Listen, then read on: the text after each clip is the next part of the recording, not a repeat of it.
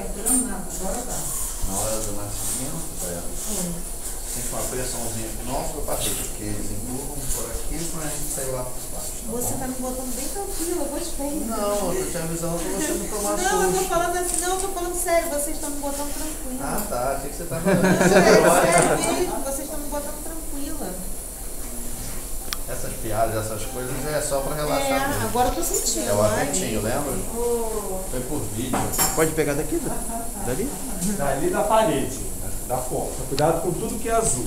Isso. Ai, eu tô sentindo. Isso, agora o apertinho acabou. Acabou? Tá nascendo lá. 8h26. Parabéns. Parabéns, obrigada. Êêêê! Cadê você, Larissa? Que lindinha! Ela vai ali para aquele bercinho, tá? Dá pra tirar uma foto dela? Depois.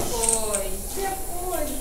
Não, depois do pediatra tem que Tá fazendo cocô e xixi. Ih, Larissa! Já vai de alta.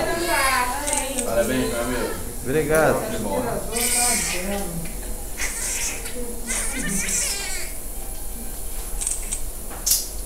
Gente, vocês me deixaram muito tranquilo, adorei. Bom. Vai voltar, né? Ano que vem tá com mais um. Uns 2 anos. É, 2 anos tá bom. A maioria diz que no mínimo 5. É mesmo? É. Não, daqui a 2 anos. Laricinha, Laricinha.